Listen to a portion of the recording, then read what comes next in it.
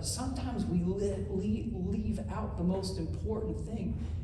Before I got saved, I thought, man, God just wants to rob me of all the things I'm finding pleasure in. But I found the absolute opposite was true, that the knowledge of Him and knowing Him and walking with Him was better than the drugs that I was doing. It was better than the things that I was involved in. Much, much better. The knowledge of Him and to know this life.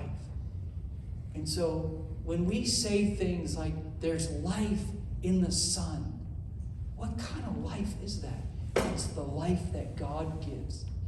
And you can't have it unless you have the Son. You cannot have it. There's only one way to this life. There's only one way, and it's through Jesus. But He yearns. He desperately, by giving His own life, wants you to have this life.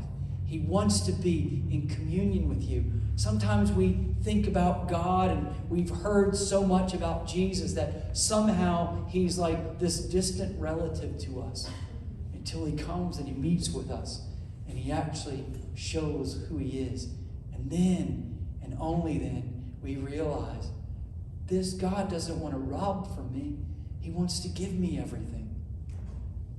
He wants to give me His life. He wants to give me His provision. He wants to be my Father. He wants to receive me. He wants to forgive me. He wants to love me. He wants to guide me. And He wants to bless me. And that's what He wants to do.